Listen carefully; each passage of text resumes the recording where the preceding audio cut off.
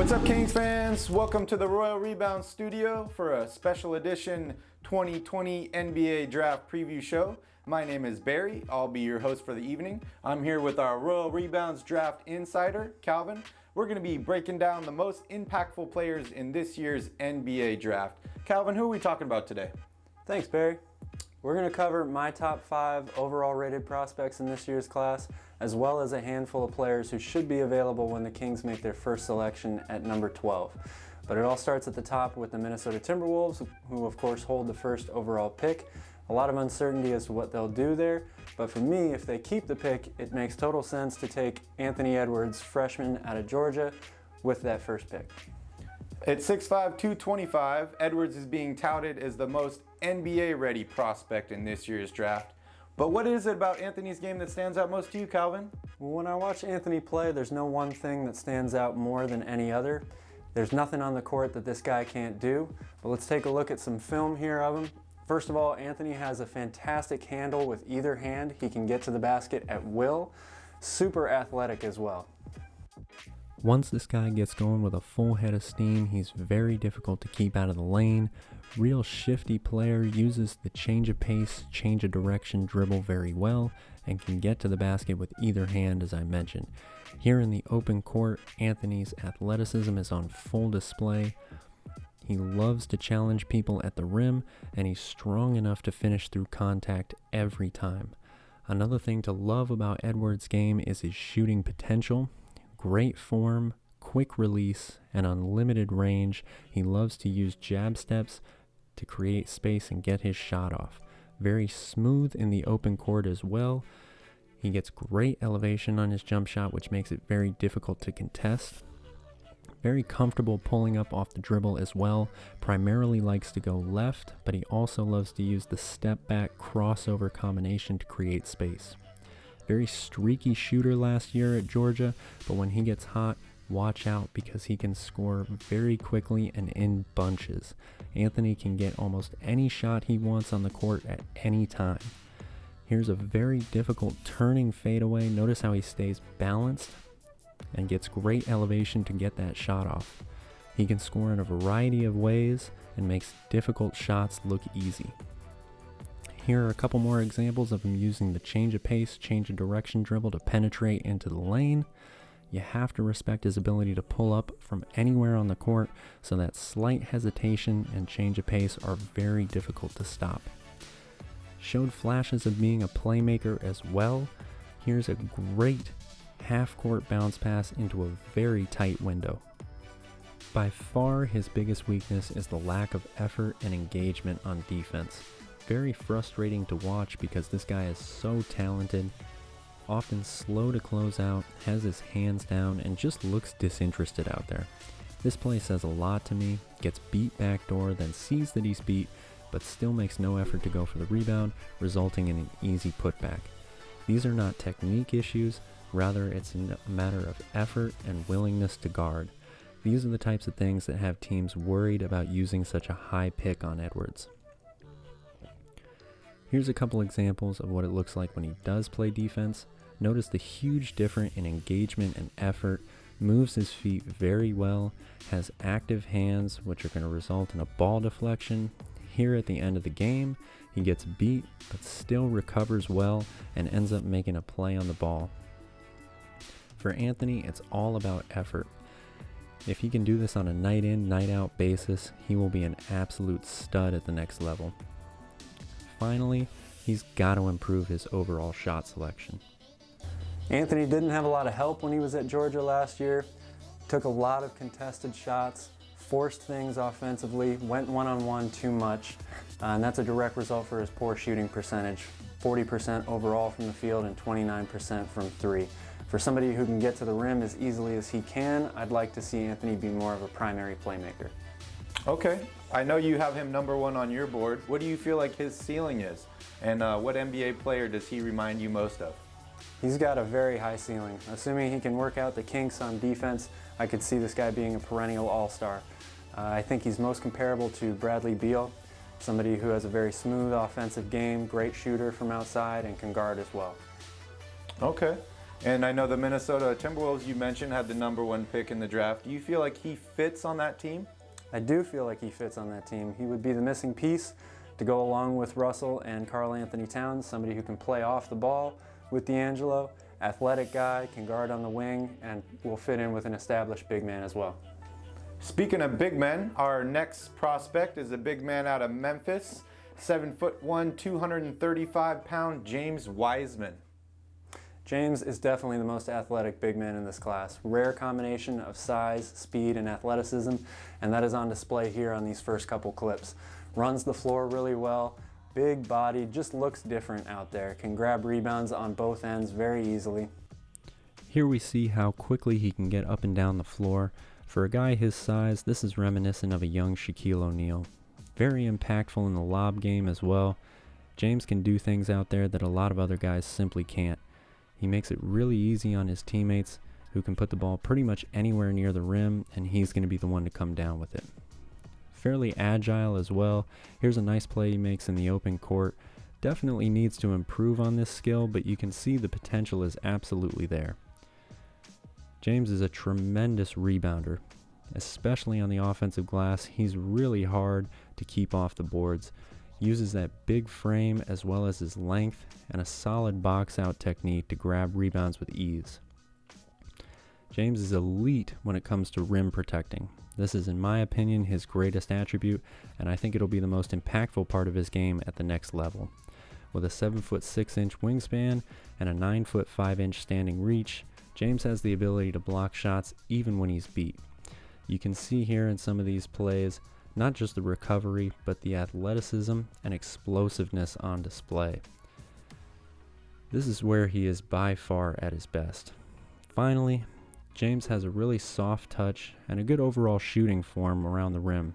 He's worked very hard to expand this part of his game, and if he continues to develop a mid-range shot, he's going to be virtually unstoppable and a perennial all-star at the next level.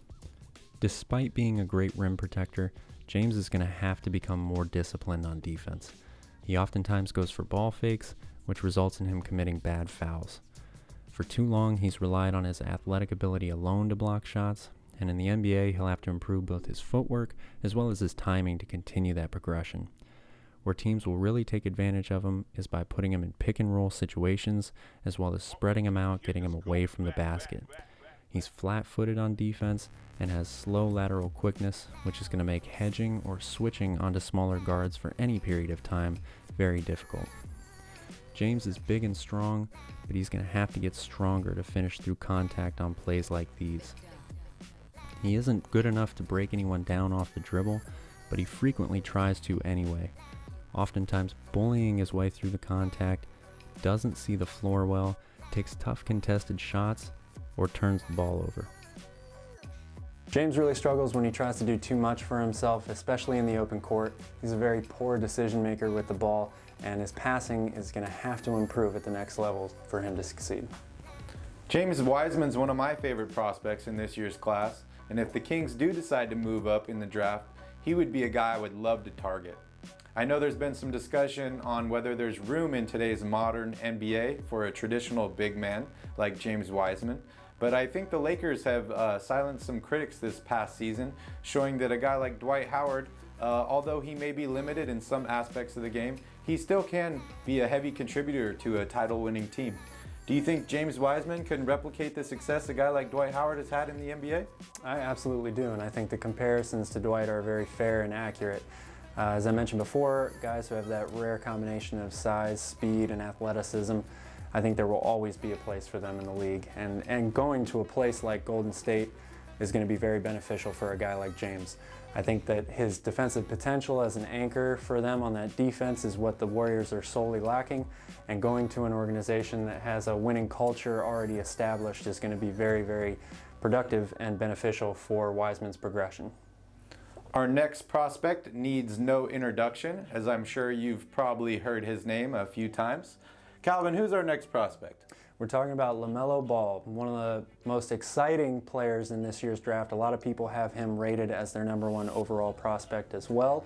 And when you look at Lamelo play here, What you noticed first is simply the playmaking ability he has. He has this very smooth handle, can get anywhere he wants on the court at any time. He plays with great patience and great vision. Lamelo is always looking to make the highlight reel play. He sees things develop before they happen out there and has that rare ability to make everyone on the court better. Just look at how easy all the shots are that his teammates are getting in these plays. He's by far the best ball handler in this class, has the ability to stop on a dime, combined with his size and vision allows him to always make the right play and find the open teammate. While playmaking for others is LaMelo's best attribute by far, he can score himself in a variety of ways. That tight handle allows him to get anywhere he wants on the court at any time. His shooting form still isn't where it needs to be, but he has improved that over the years, and he has a lightning quick release, which allow him to get shots off very easily from a very long range. Instead of settling for deep threes, I'd like to see him do more of this: penetrate and get to the basket. He has that lull you to sleep crossover combined with a very quick first step, and he's very comfortable going left or right to the basket. Has a beautiful floater game as well on display here. LaMelo's got one of the best change of pace dribbles I've seen, which should allow him to live at the free throw line. But despite his potential, there are still a few things that really worry me about LaMelo as an NBA prospect, primarily his shot selection and defense. He tends to fall in love with the deep three too often, and particularly takes these shots too early on in the offense with nothing initiated. Here's a good example of him walking the ball up the court early on in the play. No offense has been run. He's going to take about a 30-footer early on in the shot clock, which is just a killer to an offense. Unfortunately, on defense, it only gets worse. We already talked about Anthony Edwards' lack of effort and engagement defensively. LaMelo has those same issues, but he also has technique issues. Rarely in a good defensive stance, caught with his hands down frequently. Here's just a lazy play in general. He's going to walk back on defense, allow his man to go coast to coast, beat him to the basket, and force his teammate to commit a bad foul. LaMelo frequently looks like he's doing a walkthrough on defense, standing straight up and down, loses track of his man, doesn't fight through screens, and rarely contests shots. He's usually the last person back in transition, putting a lot of pressure on his teammates to pick up the slack for him. Here's another example of him choosing not to fight through a screen and not to contest the shot. This next play pretty much sums it up for me. He's going to be standing straight up and down, bad defensive stance, lose track of his man, late on the rotation multiple times, and doesn't fight through the screen. Just simply not good fundamentals. LaMelo will ultimately get drafted based on his offensive potential, but what's going to keep him in the league for a long time to come are going to be fixing plays like these, where the lack of discipline and lack of effort defensively shine through. We all know Lamelo Ball is talented on the court. My biggest concern is what role will distractions have on his development and ultimately his NBA career. Calvin, are you worried about distractions at all with Lamelo Ball? I am worried to a certain degree, and I think wherever LaMelo ends up, that organization needs to have a well-defined structure and a clear-cut role, both for him as well as every other player within it. It also needs to have strong leadership starting from the top for him to be able to progress. That brings us to our fourth prospect of the evening, and our first international prospect. We have a 6'9" versatile wing out of Israel, Denny Avdea. Calvin, what do you like about Denny's game? Well, much like LaMelo, Denny has risen up the draft boards very quickly, and that's primarily due to his playmaking ability. As you can see here in these clips, he's very patient with the ball, sees plays develop before they happen, and a really skilled passer. At just 19, Denny already has a very polished game, which is one of the main reasons why he's risen up draft boards so quickly.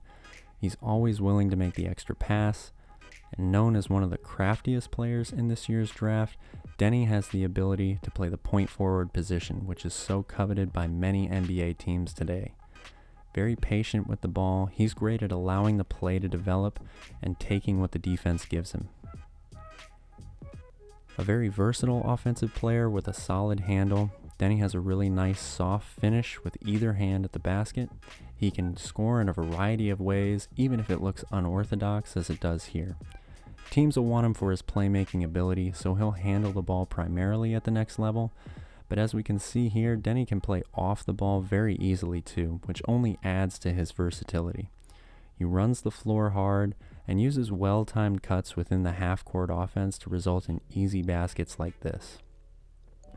One of the most underrated aspects of his game has got to be his help side defense, particularly as a shot blocker. Denny is great at getting vertical to challenge shots without fouling, most importantly. Here's another example of a great help side block. As I mentioned, Denny can score in a variety of ways, but ultimately what will determine his ceiling at the next level is going to be his continued development of the three-point shot. He showed some improvement in this skill, but in order to earn any type of meaningful minutes in the NBA, he'll have to continue being more consistent with that three-point shot. Ultimately, Denny is a very smart offensive player who can clearly take advantage of defenses. What he needs to improve upon most is primarily getting his body NBA ready.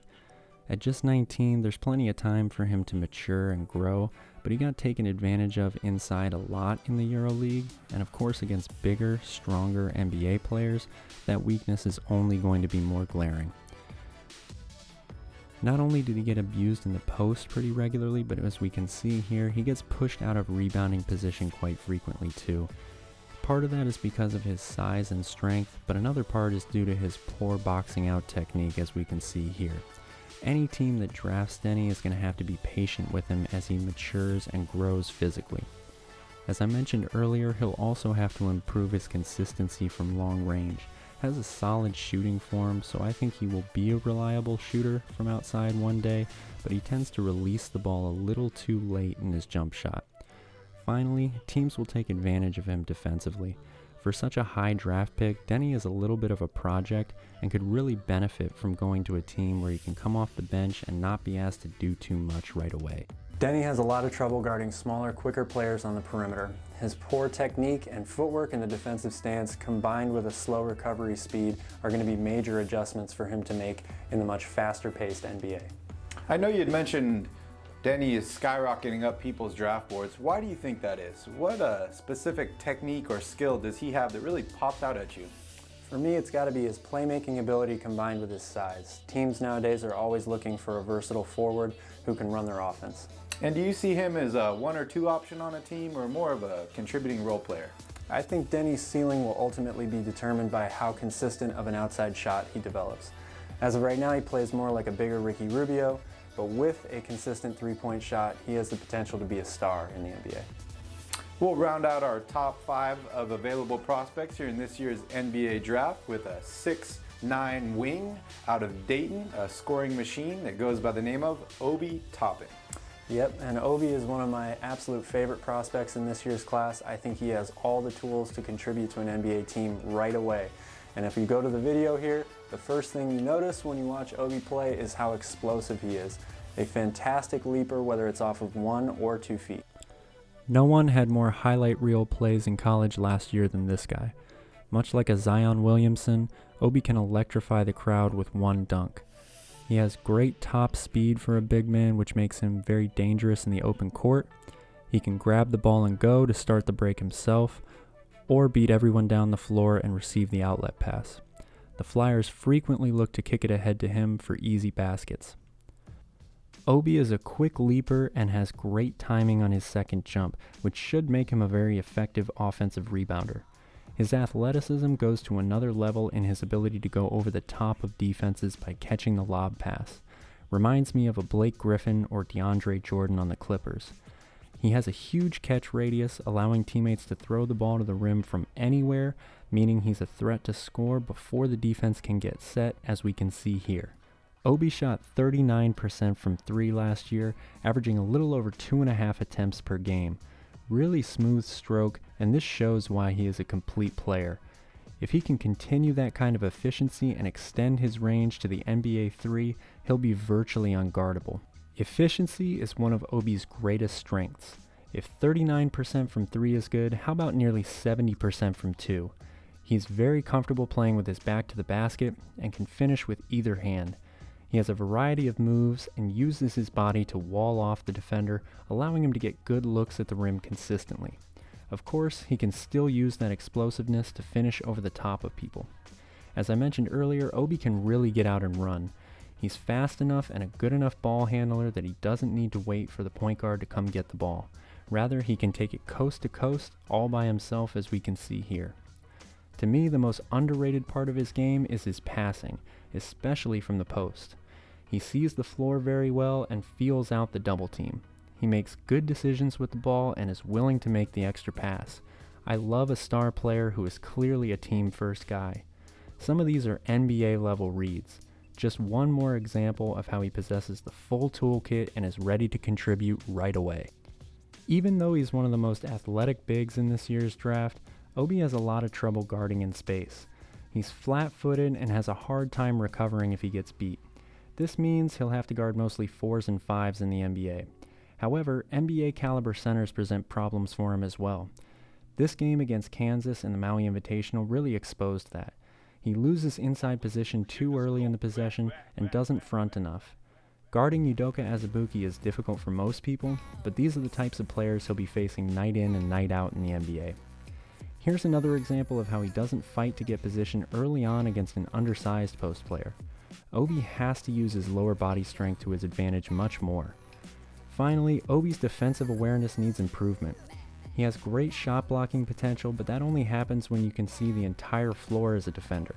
He takes a lot of risks for someone who doesn't recover well, and he frequently breaks the cardinal rule on defense of always seeing both ball and man. He has a tendency to get lost in coverage, loses track of his man frequently, and rotates poorly, and those are all going to result in wide open opportunities like these. Calvin, I know you're a big fan of Obi Toppin, but what NBA player does his game most resemble to you? I would have to say Amari Stoudemire. I think the two of them are very good at playing with their back to the basket as well as facing up. They're both very explosive, can finish over the top of people, and have consistent, reliable outside shots. We have a special guest to tonight's show. Everyone welcome King Stradamus. King Stradamus, tell us what you think of Obi Toppin. King Stradamus predicts Obi Toppin will win 2021 NBA Rookie of the Year. Thanks, King Stradamus. That brings us into the second half of tonight's show. We're going to be breaking down 4 prospects we think will be available at pick number 12 that could be impact players for the Kings in this next upcoming season. First off, we have Devin Vassell out of Florida State. Calvin, what is there to like about Devin? There's a lot to like about Devin. I think he is the most complete two-way player available in the draft. He would be a great fit in Sacramento due to his defensive playmaking ability as well as his spot-up shooting. And as we go to the video here, the first thing that you notice when you watch Devin play is his defense. He is a great on-ball defender. Long wingspan and active hands result in him creating a lot of ball deflections. In college, they like to use him as the point man applying pressure in the full court press, as well as the primary defender on the opponent's main ball handler. He's an opportunistic defender who averaged almost 1.5 steals per game last season while playing only 28 minutes. I love Devin's on-ball defensive pressure, but in the NBA, he won't be guarding too many point guards. Where he'll really make an impact is as a help defender. He's versatile and can guard multiple positions. He rotates well, has excellent timing, and takes advantage of a 6'10" wingspan for both steals and blocks. Much like a great point guard can read defenses, Devin can read offenses. He sees things before they happen and anticipates passes very well. He also loves to turn defense into offense by starting the break, usually from his own defensive play. Devin has some game-changing potential as a defender. You cannot afford to be lazy or weak with the ball when he's on the court. He takes advantage of even the slightest mistakes, and it usually results in 2 points the other way. He's the best two-way player available in the draft, and if he played on a team that allowed him to take more shots, Devin would have easily been a top 5 pick in my opinion. He's very athletic, and if he fills out his body in the next couple of years, this guy may end up looking like the next Kawhi Leonard. Offensively, Devin is commonly thought of as one of the better shooters in this draft. He shot 41% from 3 for his career at Florida State and is best spotting up in the catch-and-shoot role. His form is a little unorthodox, but his long arms and high release point make his shot very difficult to contest. He showed flashes of being able to create his own shot and improved his shooting off the dribble tremendously from his freshman to sophomore year. The continued development of this part of his game will take him from a role player to all-star caliber. With how good he is on defense, he should be able to fit into any team's system as a knockdown, spot-up three-point shooter. As I mentioned, he does need to get stronger and grow into his body more. He's great in the open court, but he has trouble when he gets bodied up by people. More strength will help him finish and make plays through contact like this one. He has improved his ball handling and playmaking, but still has a long way to go in both categories. The ideal situation for him is to be the second or even third option offensively while he works on these skills. Devin's very confident in his defensive ability. At times he's too confident though. He gambles a lot for steals, and that's something that at the next level he just can't afford to do. I know Devin Vassell is a very popular pick in Sacramento, and many Kings fans would be happy if he was still available when the Kings pick at number 12 in this year's draft. Without the basketball tournament this year and no ability to showcase your skills in March, do you think his draft stock might have been affected by that? I definitely do. I think you can make that case for a lot of players in this class. It may end up benefiting Sacramento in the end with him falling to number 12, but for Devin specifically, he doesn't blow you away statistically. That's due to the team concept that they play at Florida State, so playing in the NCAA tournament would have only improved his stock for sure. I personally would love to have him with the Kings this next year, but let's move on to our next prospect. We have a 6'8" wing out of Villanova by the name of Sadiq Bay. Calvin, do you feel like Sadiq would fit in with the Kings? I think he would fit in with the Kings, absolutely. Sadiq is one of my most underrated prospects in this entire class. He doesn't necessarily have star potential, but I think he's going to have a very long and productive pro career, and that's due to his defensive versatility and three-point shooting. And if we get into the video here, the first thing that stands out is Sadiq's ability to stay in front and contest shots without fouling. Sadiq is not the quickest or fastest player out there, but he uses his body very well. I love that even if he gets beat off the dribble, he remains patient and stays with the play to contest the shot rather than resorting to a quick foul. He's able to open his hips and change direction in the defensive stance very well, which helps make up for his lack of explosiveness. Sadiq's defensive IQ is off the charts. Here's a great sequence where he's forced to make quick rotation decisions and ends up guarding 3 different players on this possession. Ultimately, he's the one to make the stop for his team. He's very versatile and could guard positions 1 through 4 easily in college. A player who wants the toughest assignment on defense night in and night out can play for me any day of the week. Again, I love his ability to stay vertical when contesting shots. He never gives up an easy shot and rarely commits a foul. He usually won't jump out of the box score with mind-blowing defensive stats, but his impact on the game defensively cannot be overstated. I would really like to see the Kings target a 3-and-D wing with their first-round pick. Just like Devin Vassell, Sadiq fits this mold to a T. He has great range and a very smooth, consistent release. Bay shot 45% from deep last season, averaging over 5.5 attempts per game. He does tend to kick his right leg out on his jump shot, but it doesn't seem to affect his overall balance. And at 45%, the results speak for themselves. He's comfortable in the catch and shoot position as well as off of 1 to 2 dribbles. I think Sadiq could develop a solid post-up game. He won't break anyone down off the dribble, but he can use his size to his advantage. He uses the ball fake very well when close to the basket, but needs to be better at finishing with either hand so he's less predictable. An underrated passer as well, Bay has good court awareness and vision. He won't be relied on to initiate the offense in the NBA, but could be more than serviceable as a secondary playmaker. Only averaged 2.4 assists per game, but he's always willing to make the extra pass and find an open teammate. These are great examples of just that. Sadiq is much better when he's playing off the ball. Really good using the backdoor cut and finding a soft opening in the defense. Movement off the ball combined with his great outside shooting make him an ideal fit along a great point guard like De'Aaron Fox. I like his potential as an offensive rebounder as well. He has good timing, great lower body strength, so he's hard to move out of position. He always seems to outwork people too, which is usually the sign of a great rebounder. Sadiq's biggest weakness has to be his lack of explosiveness and quickness. He has a hard time creating separation from his defender, and it usually results in him taking tough, contested shots at the rim. He isn't a great finisher and rarely got to the free throw line in college. The challenge of getting to the basket against even bigger, stronger, and faster defenders in the NBA will be very difficult for him to overcome. Again, he's not a playmaker out there, and the team that drafts him should not expect Sadiq to be a main scoring option. He's still a valuable piece to a winning team, though. This is why I see him as a reliable role player, perhaps even the sixth man. Sadiq is at his best in the catch and shoot role within the offense. When he puts the ball on the floor, he struggles to get separation from his defender as well as create shots for himself. My biggest concern with Sadiq Bay is a lack of quickness and explosiveness. Do you feel like transitioning to a bigger, faster league like the NBA could be difficult for someone like Sadiq Bay?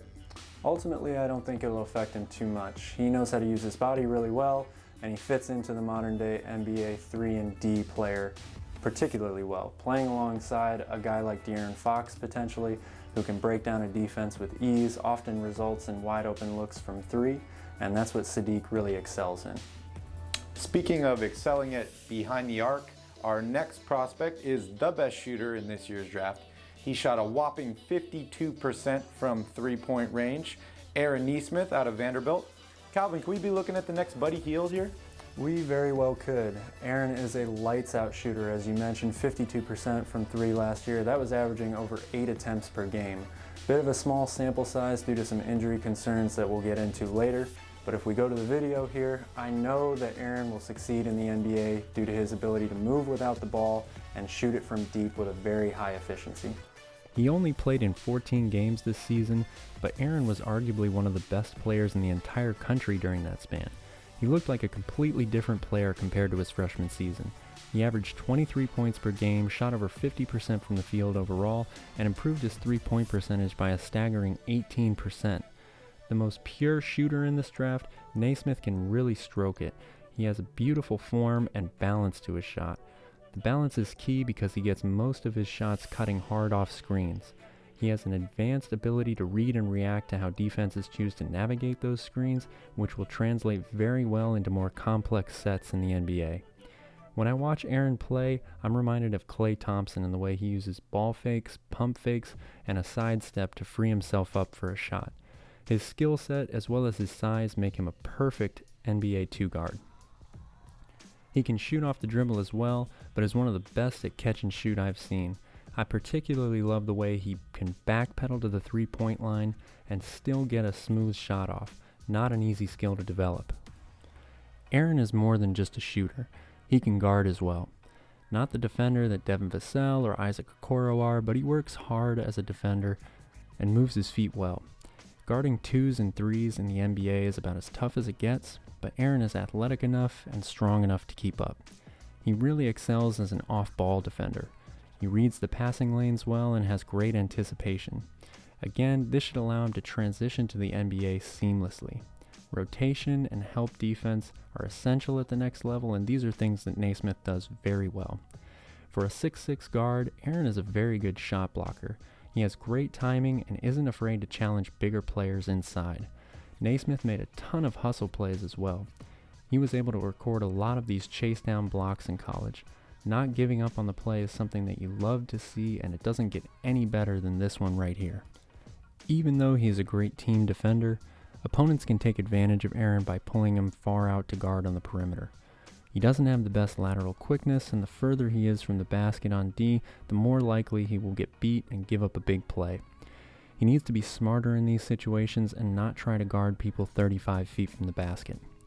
He also struggles to finish through contact. He rarely uses his offhand to finish at the rim and needs to know when there's nothing there. Instead, he often forces difficult shots because he can't get separation. He seems to play with blinders on in certain cases and should really be kicking the ball out on plays like these in particular. Erin is a great scorer off of 1 to 2 dribbles and then pulling up. However, anything more than that, he tends to overcommit, drives into traffic frequently, and puts up difficult contested shots while he struggles to finish with his offhand. Erin Naismith is an incredible three-point shooter, but as we all know, the most important ability in the NBA is availability. Do you feel like his broken foot could affect his availability at the NBA level? It's difficult to say for sure, but Erin's skill set is extremely valuable in today's NBA, and if he is 100% healthy, absolutely worth taking a risk on. That brings us to our final prospect today. He is a 6'9" freshman out of Memphis. I've seen him projected to go to the Kings at pick number 12 more often than not. His name is Precious Achiuwa. Calvin, what position do you see Precious playing in the NBA? I see Precious developing into a stretch 4 in the NBA.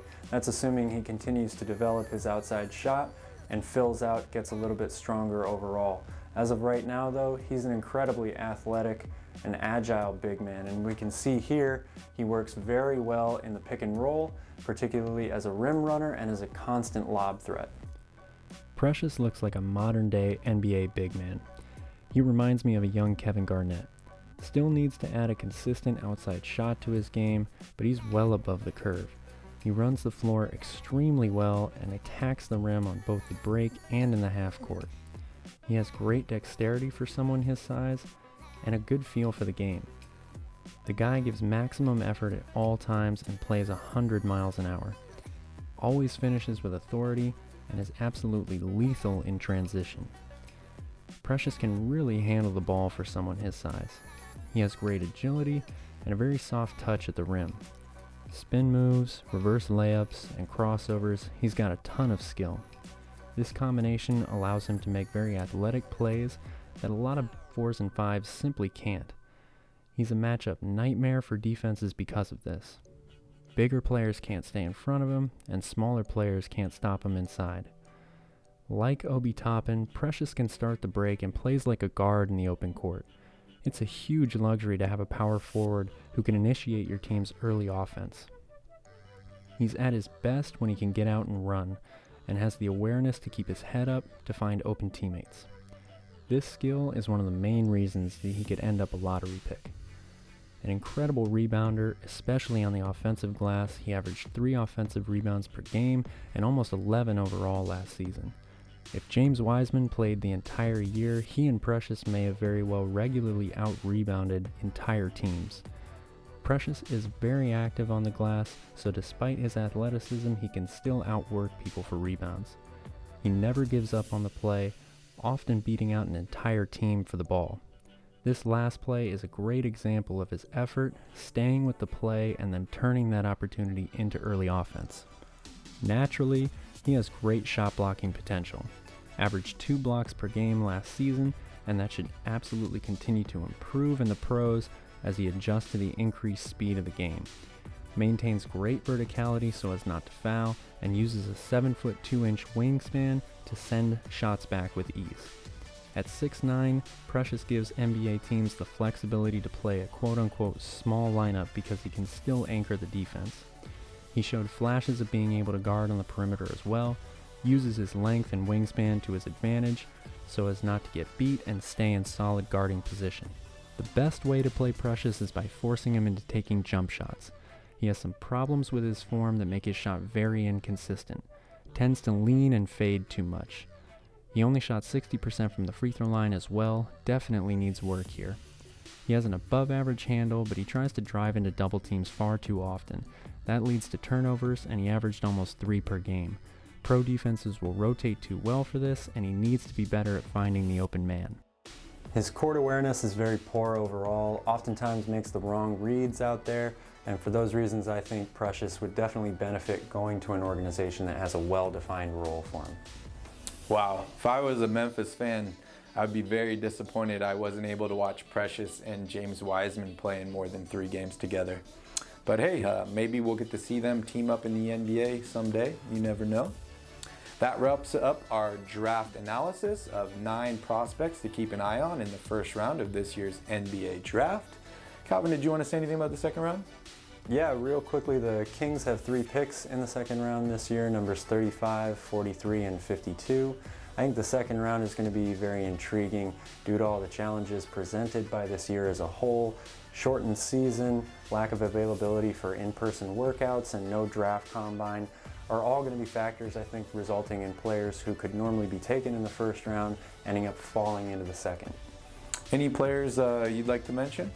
There are a handful of players I like, but a few guys to keep your eye on would be Robert Woodard II and Reggie Perry, both out of Mississippi State, as well as Paul Reed from DePaul, who I think could ultimately be one of the steals of the entire draft. If you'd like any more information on those guys, head over to royalrebounds.com, where I have a full article written on the second round. Thank you, Calvin. There's already been a lot of movement in the NBA in the past few days. Phoenix has welcomed a new point guard in Chris Paul, and the Milwaukee Bucks have made several deals, bringing in Drew Holiday from New Orleans. Monte McNair has made his first official move as GM of the Kings, trading Bogdan Bogdanovic to the Milwaukee Bucks for a package centered around a young, promising guard in Dante DiVincenzo. We have the NBA draft coming up tomorrow and free agency this next week. We're going to be doing a post-draft podcast. Keep your eyes out for that. I want to thank everyone for joining us this evening. Thank you, Calvin. We'll see you guys after the draft, and go Kings. Go Kings.